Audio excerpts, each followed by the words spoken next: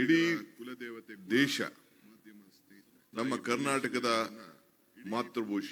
ಮಾತೃಭಾಷೆ ನಮ್ಮ ಕರ್ನಾಟಕದ ಕನ್ನಡದ ಧ್ವಜ ನಮ್ಮ ನಾಡಗೀತೆ ಈ ಮೂರನ್ನು ಕೂಡ ಅನೇಕ ಸಂದರ್ಭದಲ್ಲಿ ವಿವಿಧ ರಾಜ್ಯಗಳಲ್ಲಿ ಚರ್ಚೆ ನಡೆದಿದೆ. ಏಕೆಂದ್ರೆ ಯಾವ ರಾಜ್ಯದಲ್ಲೂ ಕೂಡ ಕನ್ನಡದ ಧ್ವಜ ನಮ್ಮ ಏನು ಒಂದು ನಾಡಗೀತೆ ಇಲ್ಲ ಮತ್ತು ನಮ್ಮ ಧ್ವಜ ಕೂಡ ಬೇರೆ ಯಾವ ರಾಜ್ಯದಲ್ಲೂ ಇಲ್ಲ. ಇದು ಕರ್ನಾಟಕದಲ್ಲಿ ಮಾತ್ರ. ಅದಕ್ಕೆ ನೀವೆಲ್ಲ ಕೂಡ ಕಾರಣಕರ್ತರಾದ್ದೀರಿ. ಅದಕ್ಕೆ ನಿಮ್ಮೆಲ್ಲರೂ ಕೂಡ ಈ ಸಂದರ್ಭದಲ್ಲಿ ಅಭಿನಂದನೆ ಸಲ್ಲಿಸಲಿಕ್ಕೆ ನಾನು ಬಯಸ್ತಾ ಇದ್ದೇನೆ. 7 ಕೋಟಿ ಕನ್ನಡಿಗರನ್ನ ಕಾಪಾಡ್ತಾ ಇರುವಂತ ನಮ್ಮ ಜಗನ್ಮಾತೆ ಭುವನೇಶ್ವರಿಗೆ ನಮನವನ್ನ ಸಲ್ಲಿಸುವಂತ ನಮ್ಮ ಸರ್ಕಾರ ಈ ಕಾರ್ಯಕ್ರಮ ತಾವೆಲ್ಲ ಬಂದು ಪಾಲ್ಗೊಂಡಿದ್ದೀರಿ. ಈಗಾಗಲೇ ಶಿವರಾಜ್ ತಂಗಡಿ ಅವರು ಸಿಕ್ಕಿದಂತ ಭಾಗ್ಯನ ತಾವೆಲ್ಲ ನೆನಪು ಮಾಡಿಕೊಳ್ತಾ ಇದ್ರು. ಅವರು ನನಗೆ 2 ಭಾಗ್ಯ ಸಿಕ್ತು. ಇಂತ ಒಂದು ಇದನ್ನ ನನ್ನ ಕಾಲದಲ್ಲಿ ಹಿಂಗೆ ಸ್ಥಾಪನೆ ಆಯ್ತು, ಕನ್ನಡದ ಫಲಕವನ್ನು ಹಾಕೊಳ್ಳುವಂತ ಒಂದು ಸಂದರ್ಭ ಆಯ್ತು ಅಂತ ಕೂಡ ಅವರು ಸರ್ಕಾರದ ಮತ್ತು ನಿಮ್ಮೆಲ್ಲರ ನೆನಪು ಮಾಡಿಕೊಡ್ತಾ ಇದ್ರು.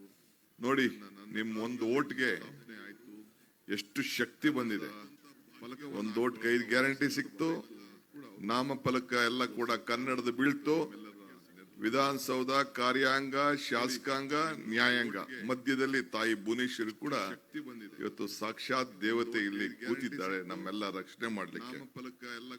ಸೊ ಇವತ್ತು ನಾವು ಮೊನ್ನೆ ತಾನೇ ನಾವೆಲ್ಲ ಬೆಳಗಾಂನಲ್ಲಿದ್ದು, ಬೆಳಗಾಂನಲ್ಲಿ ಗಾಂಧೀಜಿಯವರ ಈ ದೇಶಕ್ಕೆ ಸ್ವಾತಂತ್ರ್ಯದ ನಾಯಕತ್ವ ವಹಿಸಿಕೊಂಡಂತ 100 ವರ್ಷದ ಸಂಭ್ರಮನ ನಾವೆಲ್ಲ ಆಚರಣೆ ಮಾಡ್ತಾ ಇದ್ದೋ. ಮೊನ್ನೆ ತಾನೇ ಆ ಸಂದರ್ಭದಲ್ಲಿ ನಮ್ಮ ರಾಷ್ಟ್ರೀಯ ನಾಯಕರುಗಳೆಲ್ಲ ಒಂದು ಆಸೆ ಪಟ್ರು, ನಮ್ಮ ರಾಜ್ಯವರು ಆಸೆ ಪಟ್ರು. ಆ ಸಂದರ್ಭದಲ್ಲಿ ಏನು 100 ವರ್ಷ ಹಿಂದೆ ನಮ್ಮ ಕರ್ನಾಟಕದ ಭಾಷಾವಾರ ಪ್ರಾಂತ್ಯಕ್ಕೆ ಒಂದು ಮುನ್ನುಡಿ ಬರೆದಂತ ಒಂದು ಐತಿಹಾಸಿಕವಾದಂತ ಸಮಾವೇಶ ಅಲ್ಲಿಂದ ಪ್ರಾರಂಭ ಆಯಿತು. ಆಗ ನಮ್ಮ ಗಂಗೂಬಾಯಿ ಹಾನಗಲ್ರವರು 17 ವರ್ಷ ಹೆಣ್ಣುಮಗಳಿಗೆ ಉದಯವಾಗಲಿ ನಮ್ಮ ಚೆಲುವೆ ಕನ್ನಡ ನಾಡು ಅಂತ ಹೇಳಿ ಹಾಗೇನೆ ನಮ್ಮ ಸೋದರಿ ತಾಯಿ ಅವತ್ತು ಹಾಡದನ್ನ ಇತಿಹಾಸನ ಯಾರು ಕೂಡ ಬದಲಾವಣೆ ಮಾಡ್ಲಿಕ್ಕೆ ಸಾಧ್ಯ ಇಲ್ಲ. 12 ವರ್ಷನೋ 17 ವರ್ಷನೋ ಆಗಿತ್ತು, ಸರಿಯಾಗಿ ಏಜ್ ನನಗೆ ಗೊತ್ತಿಲ್ಲ. ಇವತ್ತು ನಮ್ಗೆ ಕನ್ನಡವೇ ನಮ್ಗೆ ಮಾತೃ, ಕನ್ನಡವೇ ನಮ್ಮ ದೇವ ಭಾಷೆ. ಇವತ್ತು ತುಂಗ ಇರ್ಬೋದು, ಭದ್ರಾ ಇರ್ಬೋದು, ಕೃಷ್ಣ, ಕಾವೇರಿ ಎಲ್ಲ ನಮ್ಮ ಪಾಲಿಗೆ ಇವತ್ತು ತೀರ್ಥ ಇದೆ. ಕನ್ನಡವೇ ಇವತ್ತು ನಾನು ಆಗಾಗ ಒಂದು ಮಾತು ಹೇಳ್ತಾ ಇರ್ತೇನೆ, ನಮ್ಮ ದೇವ ಭಾಷೆ. ಮನುಷ್ಯನ ಹುಟ್ಟು ಆಕಸ್ಮಿಕವಾದ್ದು, ಸಾವು ಅನಿವಾರ್ಯ, ಜನನ ಉಚಿತ, ಮರಣ ಖಚಿತ ಅಂತೇಳಿ. ಹಂಗೆ ನಮ್ಮ ಹುಟ್ಟು ಸಾವಿನ ಮಧ್ಯದಲ್ಲಿ ನಾವೇನು ಸಾಕ್ಷಿ ಗುಡ್ಡೆಗಳನ್ನ ಬಿಟ್ಟು ಹೋಗ್ತೀವಿ ಅದು ಮಾತ್ರ ಉಳ್ಕೊಳ್ತದೆ. ಮನುಷ್ಯನ ಹುಟ್ಟು ಆಕಸ್ಮಿಕ. ನಮ್ಮ ನಾಡಿನ ಮುಖ್ಯಮಂತ್ರಿಗಳಂತ ಸಿದ್ದರಾಮಯ್ಯ ಸಾಹೇಬರು ಮೊದಲು ವಿಧಾನಸೌಧದಲ್ಲಿ ಅವರು ವಿಧಾನಸಭೆಗೆ ಬಂದಾಗ ರಾಮಕೃಷ್ಣ ಹೆಗಡೆ ಅವರ ಕಾಲದಲ್ಲಿ ಕನ್ನಡ ಕಾವಲು ಸಮಿತಿಗೆ ಪದಾಧಿಕಾರಕ್ಕೆ ಅವ್ರಿಗೆ ಅಧ್ಯಕ್ಷರಾಗಿ ಅವತ್ತಿನ ಕಾಲದಲ್ಲಿ ಆಯ್ಕೆ ಮಾಡಿದ್ದು ಇತಿಹಾಸ. ಅದಾದ ಮೇಲೆ ಅವತ್ತಿಂದ ಕೂಡ ಕನ್ನಡದ ಬಗ್ಗೆ ಅಪಾರವಾದಂತ ಯಾವ ಸಂದರ್ಭದಲ್ಲೂ ಕೂಡ ನಾವು ಅನೇಕ ಕ್ಯಾಬಿನೆಟ್ ಗಳಲ್ಲಿ ಚರ್ಚೆ ಮಾಡ್ಬೇಕಾದ್ರೆ ಅಧಿಕಾರಿಗಳಿಗೆ ಯಾವುದೇ ನೋಟ್ಗಳು ಬರ್ಬೇಕಾದ್ರೂ ಕೂಡ ಕನ್ನಡ ಕಡ್ಡಾಯವಾಗಿ ಕನ್ನಡದಿಂದಲೇ ನೀವು ಮಂಡಿಸ್ಬೇಕು ಅಂತೇಳಿ ನಮ್ಗೆಲ್ಲ ಆದೇಶವನ್ನು ಕೊಟ್ಟದ್ದು ಕೂಡ ನನಗೆ ಮೆಲುಕು ಹಾಕ್ಲಿಕ್ಕೆ ಈ ಸಂದರ್ಭದಲ್ಲಿ ನಾನು ಬಯಸ್ತಾ ಇದ್ದೇನೆ. ಸೊ ಹಂಗೆ ಈ ಮಾತೃಭೂಮಿ, ಈ ಮಾತೃಭಾಷೆ, ಈ ನೆಲ ಇವನ್ನೆಲ್ಲ ಕಾಪಾಡ್ಲಿಕ್ಕೆ ಈ ನಿಮ್ಮ ಸರ್ಕಾರ, ನಿಮ್ ಸರ್ಕಾರ, ಇದು ನಮ್ಮ ಸರ್ಕಾರ ಅಲ್ಲ, ಇದು ನೀವು ತಂದು ಕೊಟ್ಟಂತ ನಮ್ಮ ಸರ್ಕಾರ. ಈ ಸರ್ಕಾರಕ್ಕೆ ಇವತ್ತು ನಾವು ಅತಿ ಹೆಚ್ಚು ಶಕ್ತಿಯನ್ನು ತುಂಬುವಂತ ಕೆಲಸ ನಾವು ಮಾಡ್ಕೊಂಡು ನಾವು ಬರ್ತಾ ಇದ್ದೇವೆ. ಬೆಂಗಳೂರಿನಲ್ಲಿ ಸುಮಾರು 107 ಭಾಷೆ ಮಾತನಾಡುವಂತ ಜನ ಇವತ್ತು ಇದ್ದಾರೆ. ಈ ಸರ್ಕಾರ ಇವತ್ತು ನಾನು ಈ ವರ್ಷ ಬೆಂಗಳೂರು ನಗರದಲ್ಲಿ ಒಂದು ಸಣ್ಣ ಪ್ರಯತ್ನಕ್ಕೆ ಹೆಜ್ಜೆ ಇಟ್ಟೆ. ಫುಲ್ ಸಕ್ಸಸ್ ಆಗ್ಲಿಲ್ಲ, ನಾನು ನೆಕ್ಸ್ಟ್ ಇಯರ್ ಸಕ್ಸಸ್ ಆಗ್ತೇನೆ. ಬೆಂಗಳೂರಿನಲ್ಲಿ ಎಲ್ಲ ಸಂಘ ಸಂಸ್ಥೆಗಳಲ್ಲೂ ಕೂಡ ಏನು ನಮ್ಮ ನವೆಂಬರ್ 1ನೇ ತಾರೀಕು ಬೇರೆ ಇರುವಂತ ಎಲ್ಲ ಗವರ್ಮೆಂಟ್ ಇರ್ಬೋದು, ಪ್ರೈವೇಟ್ ಇರ್ಬೋದು, ಎಲ್ಲಾ ಕಡೆ ಕಂಪಲ್ಸರಿ ಆಗಿ ನಮ್ಮ ಕನ್ನಡದ ಧ್ವಜವನ್ನ ಆರಿಸುವಂತ ಕಡ್ಡಾಯ ಮುಂದಿನ ದಿನದಲ್ಲಿ ಆದೇಶವನ್ನ ಮಾಡುವಂತ ಕೆಲಸವನ್ನ ಮಾಡ್ತೇವೆ.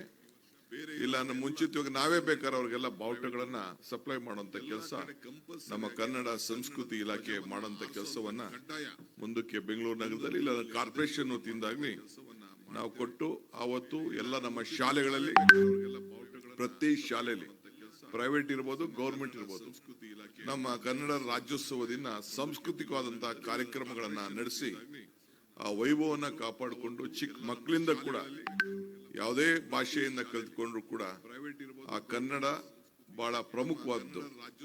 ನಾನು ಈ ಸಂದರ್ಭದಲ್ಲಿ ನನ್ನ ಮಕ್ಕಳಿಗೆ ನಾನು ಹೇಳ್ತಾ ಇದ್ದೀನಿ, ನನ್ನ ಧರ್ಮಪತ್ನಿಗೆ ಹೇಳ್ತಾ ಇದ್ದೀನಿ, ನೀನು ಕನ್ನಡ ಇದಕ್ಕೆ ಕಲಿಸ್ಬೇಕು, ಸೆಕೆಂಡ್ ಲ್ಯಾಂಗ್ವೇಜ್ ಇರಲೇಬೇಕು.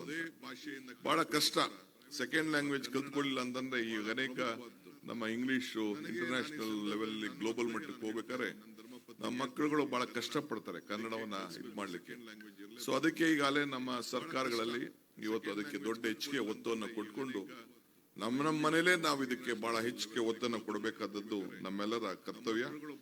ಸೊ ಹಿಟ್ಟಿನಲ್ಲಿ ಈ ಸಂದರ್ಭದಲ್ಲಿ ನಾವೆಲ್ಲ ಸೇರಿ ಒಟ್ಟಾಗೆ, ನಾನು ಇಲ್ಲಿ ಹೆಚ್ಚಿಗೆ ಮಾತಾಡೋಂಥದ್ದು ಏನು ಅರ್ಥ ಇಲ್ಲ. ಇಲ್ಲಿ ಇವತ್ತು ಕನ್ನಡವೇ ನಮಗೆ ಮಾತೃ, ಕನ್ನಡವೇ ನಮಗೆ ದೇವ ಭಾಷೆ.